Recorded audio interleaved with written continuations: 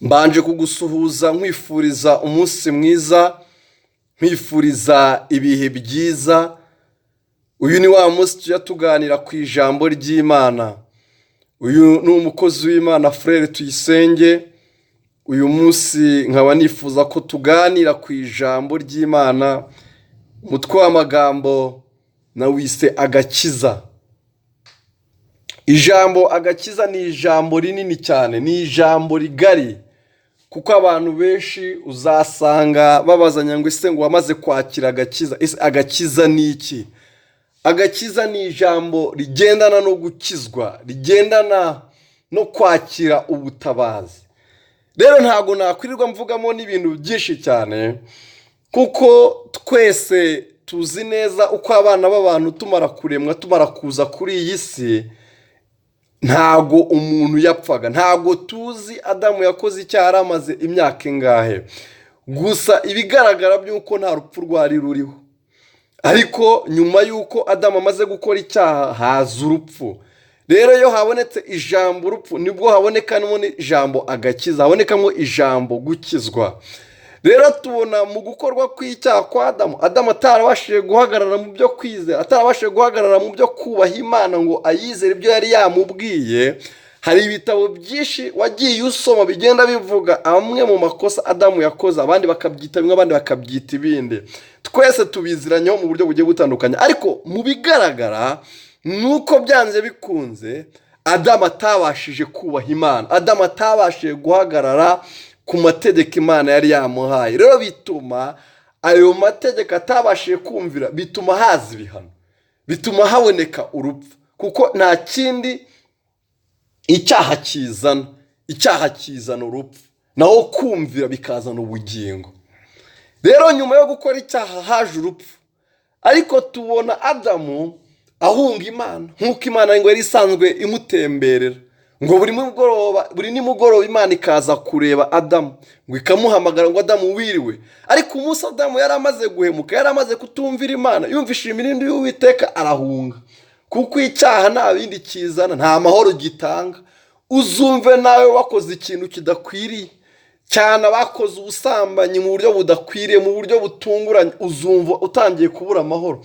Abakoze n'ibindi byinshi tutakurira tuvuga, n'ibyaha byinshi, gutukana bidakwiriye, imyitwarire, ibyo wakora byose, uzumva umutima wawe ugushyira mu cyiciro runaka cy'ibyo wakoze. Kuko byanze bikunze iyo umaze gukora icyaha wumva nta mahoro ahari. Iyo umaze gukora ibifutitse, ibidakwiriye, wumva umutima wawe utangiye kukubwira ngo yewe ntago wagize neza. Ukumva utangiye gucirwaho urubanza, ukumva hari ibitangiye kugushinja. Rimwe na rimwe ukavuga ngo namaze niba nabikoze. Umutima ukakwihorera, hashira akanya, ariko rero mwene data ntabwo witwaye neza. Ukumva amahoro yaje, ukumva amahoro yabuze, ukumva pe byananiranye. Bijya birangizwa n'iki? Birangizwa nuko uteye inama ukavuga ngo sinzongera, ukavuga ngo ibintu ntabwo nzabisubira, ukisubiraho ukamara amazi ukabyatura. Nibwo wumva utangiye kugira amahoro. Uzumva nk'iyo watutse cyangwa wamuhemukiye, wamutengushye, ubu umureba ukumva ufite isoni, ubu umureba ukabona ntabwo utekanye rwose. Ariko yo wikuyemo ububwa bwo kudasaba imbabazi, reka ariko mbyita, cyangwa ukikuramo kumva yuko nusaba imbabazi uri ikigwari, ahubwo ukavuga ngo ahubwo kudasaba imbabazi nibwo bugwari. Ubwo bugwari rero cyangwa ubwo bubwa ukabwikuramo, ukagera ukavuga ngo mwene data nahemutse, nanjye ntabwo ari njye byabaye kubw'impanuka, byabaye kubwo kutabishaka, nanjye ntabwo yari amahitamo yabyo. Ukavuga ngo rega naguhemukiye, nagututse, ariko nanjye nari ndakaye. Uzumve iyo umaze gukora icyo kintu cyo gusaba imbabazi no kwatura, wumva uruhutse weho ubwawe, kandi ukumva uratekanye rwose, kandi ukumva uguwe neza, ugize n'amahoro yo mu mutima. Kwa gushinjwa washinjwaga, ahubwo ukumva birarangiye, ukumva birayoyotse. Kuko nyuma y'ikiganiro Imana yari imaze kugirana na Aburahamu na Adamu, bamaze kugirana ikiganiro, nubwo bose icyaha bakihakanye. Yaba ari Adamu yaravuze ngo ni uyu mugore nawe aravuga ngo ni inzoka, uragica. Ariko Imana yo kabyara, Imana ishimwe cyane yuko yabagiriye impuhwe, yarangiza ikavuga toke ndoroshya imisonga, ikemera ko ari inyamaswa ipfa kugira ngo bambare kuko bari bambaye ubusa. Rero ariya maraso yo muri biriya bihe yagaragaza gutwikira ibyaha, kuko uragaruka inyuma uze ugenda ureba ku ruhererekane mu gihe cy'abano, uze mu ruhererekane mu gihe cy'ababura, ukomeze uze urasanga abantu barakurwagwaho ibyaha ari uburyo bwo gutwikira, ariko bitavuyeho burundu. Nk'uko umwaka utashye umuntu agatamba ibitambo by'impongano. Ijambo ay'ibitambo ni ijambo rinini cyane, ni ijambo bavugaho umwanya munini, ugenda uvuga n'ubwoko bw'ibitambo n'uburyo bitambwa n'ababitamba n'ababyitambira. Ariko ngicyo nshaka kuvuga, ndagerageza kureba aka gakiza kacu, agakiza gaturuka ku gucungurwa, agakiza gaturuka ku kubabarirwa ibyaha. Ubwo rero Imana mu ijuru ngo yitegereze ikabona ari amaraso y'inyamaswa zigomeza gupfira iherere, zipfira ibyaha byacu zitakoze, nabwo ari ugutwikira gusa, nabyo bitabasha kubikuraho. Imana yemera kohereza umwana w'intama ari Yesu Kristo kugira ngo uzamwizera azahabwe ubugingo buhoraho. Imana yacu ishimwe cyane. Rero turasoma ijambo ry'Imana riri mu gitabo cy'Abaroma ibice 10 umurongo waho wa 9. Turebe ku ijambo gukizwa, turebe ku ijambo agakiza. Reka dusome mu izina rya Yesu. Ijambo riravuga ngo niwatuza akanwa kawe yuko Yesu Kristo ari umwami, ukizera mu mutima wawe yuko Imana yamuzuye, automatique uzakizwa. Rero kwemera ko Imana yazuye Yesu, kwemera mu mutima wawe yuko Imana yamuzuye, nuko wabanje kwemera yuko yapfuye, kandi kugupfa kwe hari impamvu yapfuye. Impamvu yapfuye rero ni kubw'ibyaha, kuko umwana w'umuntu kuva mu itangiro, kuva ku gihe cya Adamu kugeza kuri nyewe nawe, ntabwo twabashije guhagarara mu byo gukiranuka. Iteka twahoraga duteshuka, twahoraga rwose tudahagarara mu byo kwizera. Imana ikatugabiza umurimo, igahamagara Sawuli, ndaguhamagaye genda uyobora ubwami, ndakwihereye genda Dawidi. Ariko ugasanga gukiranuka kwabaye hafi ya ntako, ugasanga iteka inyamaswa nizo ziri kubirenganiramo. Turakoramara gukora ibyaha, yewe abakire bo ntibanatangwaga kuko babaga bafite ubutunzi, babaga bafite intama nyinshi, bafite amakameshi, bafite byinshi batamba. Byari byageze ku kigero batabashaga gutinya ibyaha kuko bari bafite byinshi batanga. Mwene data, tekereza nk'iki gihe umuntu abasha gukora icyaha akakigura. Uzarebe muri biriya bihugu umuntu abasha gukora icyaha akakigura. Niyo mpamvu usanga ibyaha ari byinshi cyane, ugasanga umuntu akoze ikintu kigayitse cyane cyamugeza no kugifunga, ngo igifunga akakigura. Niyo mpamvu usanga rwose iteka bahora bari mu bintu nk'ibyo ngibyo. Ariko natwe icyo gihe mu bihe bya kera basogokura bari bafite ubutunzi, ngo ntabwo batinyaga gukora ibyaha rwose, kuko bari bavuga ngo dufite byinshi twagura, dufite byinshi twatanga, byarajya tukamena amaraso menshi cyane kuri ibyo twatangishije ibiguzi byabo. Yewe na Dawidi amaze kutumvira Imana, ubwoko bw'Imana igihe butabarwaga yarabibujije nawe akabirengaho. Ntabwo byari bitandukaniye na Adamu wari ubujijwe ikintu akakirengaho, na Dawidi rero nawe yarabujije kubara ubwoko bw'Imana, ko ubwoko bw'Imana bugomba kugwira, si ubwo kubarwa. Ngo amaze gucumura dusanga hari umugabo wari ugiye kumuha ibitambo ku buntu, ariko Dawidi arabyanga, aravuga ngo hoya, ibitambo ntambira Uwiteka Imana yanjye ntabwo nabibonera ubuntu, ahubwo ndabigura. Kuko yari yikanze amafaranga, kuko iteka yewe wenda we ntabwo akora icyaha, yari yizeye yuko afite byinshi yatamba. Ariko nari nshatse gutanga urugero ku bakire. Abakire kijya gihe ntabwo yatinyaga rwose kumva ko afite ibizahanagura ibyo bya cyangwa ibizabitwikira. Ariko Imana ibyitegereje mu ijuru n'ubundi ibona ntabwo bihagije rwose, ntayibona nta kigenda nta gipasa, ibona ntabwo ibyo byaha bitwikirwa kuri urwo rwego byabasha kuzageza abantu mu bwami, kuko byabitwikiraga igihe kitari gitoya, igihe kinini, ariko bikazageraho n'ubundi bikarangira. Rero Imana yemera kohereza umucunguzi.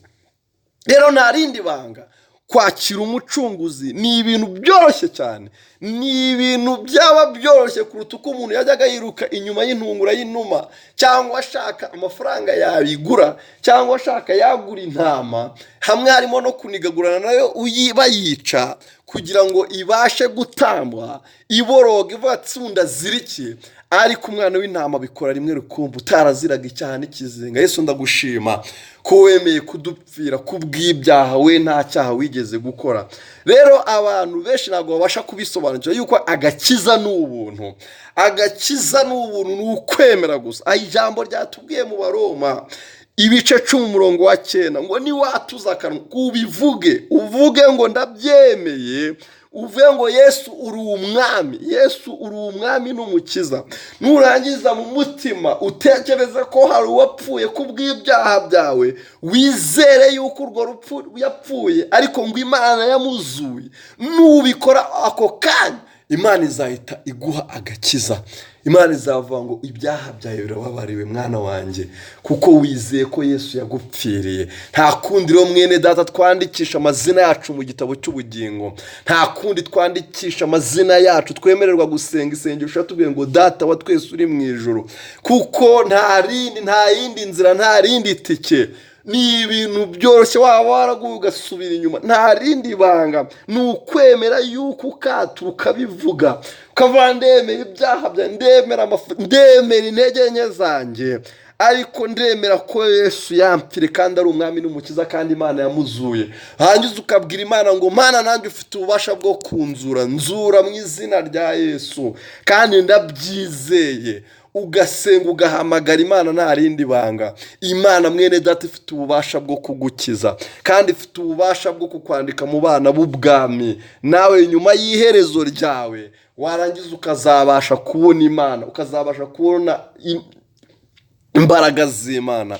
Kandi mwene data akagakiza kararyoshye. Ese ubu buzima buri tugenderamo bw'ubwicanyi, bw'ubujura, bw'ubusambanyi, bw'ubugome no guhemuka, twebwe ubundi biba bitumara iki? Uzarebe umuntu wabigendeyemo cyane, wabigize umwuga, usanga nta mahoro nawe yibitseho, usanga nawe nta bwenge. Benshi bakunda kuvuga kuri ibi by'inzoga ugasanga babinezerewe. Mu bihe byacu bajyaga bakunda kutubwira ko ngo umugabo utanywa inzoga ngo atagira ubwenge, ariko bikongera bigatangaza cyane. Wajya kubona ukabona abagabo b'inararibonye, ukabona abagabo b'ibikwera, ukabona abagabo b'abanyabwenge bafite ibintu byinshi bakomeye.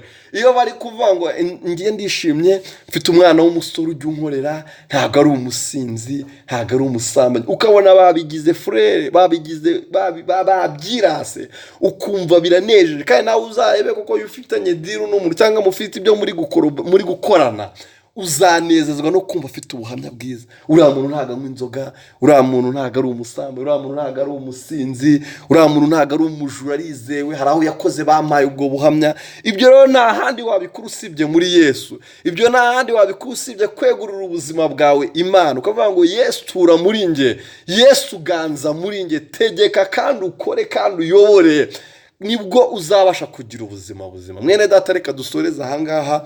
Niba utarakira Yesu Kristo nk'umwami n'umukiza wawe, ndakwifuriza ko wamwakira muri aka kanya. Uyu ni umukozi w'Imana mwari muri kumwe Frere Tuyisenge, ukugezaho ijambo ry'Imana. Rero uramutse ubaye utarakira Yesu Kristo nk'umwami n'umukiza wawe, nta rindi banga ni ugusubiramo aya magambo uvuga ngo mwami Yesu ndakwakiriye, mbere umwami n'umukiza w'ubugingo bwanjye, nyambika imbaraga zawe, unkure mu mubare mwami w'abatari abana b'Imana, unsiye mu bitabo bya Satani, unyandike mu bitabo by'ubugingo, kandi unyambike imbaraga zawe. Kuva uyu munsi ngendere mu butsinzi bwawe, kuva uyu munsi mboneke mu bana b'ubwami, mu izina rya Yesu. Imana ibasha kubikora mwene data. Rero iyo umaze kwatuza akanwa kawe yuko Yesu Kristo ari umwami n'umukiza wawe, Imana ikagukiza, ikaguha agakiza, ikakwandika mu bitabo by'ubugingo. Nta rindi banga twakubwira mwene data, hari ukuterana kwera, gushaka itorero ujyamo. Itorero rya torero ubona nawe ubwawe rikune, rya torero ubona ryabasha urumva rizagufasha gukorera Imana. Haba harimo abantu b'inshuti cyangwa runaka ukaba ati ndabona uriya muntu akizwa kuri uru rwego, ndumva nanjye hari ahantu nahajya. Ntabwo nguhamagara ngo ujya muri torero runaka. Yesu yaje avuga ubutumwa, heje avuga iby'ubugingo, avuga iby'agakiza, avuga gukizwa no kuva mu byaha. Rero irindi torero ryiza rizagufasha, ibuka yuko hari abakene, ibuka hari abakeneye ijambo. Nkukumvishije aka audio, nawe vuga ubutumwa, bwiriza, vuga iby'Imana yagukoreye, vuga ubuhamya. ariko cyane cyane kizatuma ukomera mu buryo bw'umwuka muri uru rugendo rw'agakiza ni uko ugomba kugira itorero mwene data, ni uko ugomba kugira ahantu usengera, ugomba kugira ahantu uboneka mu muryango w'abana b'Imana. Ibiri inyuma by'uko mwafashanya, kuko nawe wabafasha nabo bakagufasha, ariko ibiri inyuma byo gukura mu mwuka niho dufatikanyiriza kuramya Imana, niho dufatikanyiriza guhimbaza Imana. Kandi ijambo riratubwira ngo mwikoranire imitwaro. Igihe wagize intege nke zo kugira ngo Satani agusubize inyuma, niho mwene so azabasha kugusenya nawe ukamusengera, mugashyigikirana kugira ngo mubashe kugera ku bintu bikomeye muri uru rugendo rw'agakiza. Akubwire ibyagiye bimugora, nawe umubwire ibyagiye bikugora, nuko mubashe kugira ibyo mugeraho mu Mana. Urakoze rero kutega amatwi iyi audio. Imana iguhe umugisha kandi kugirire neza. Uyu mwanya muri kumwe n'umukozi w'Imana Frere Tuyisenge. Imana iguhe umugisha.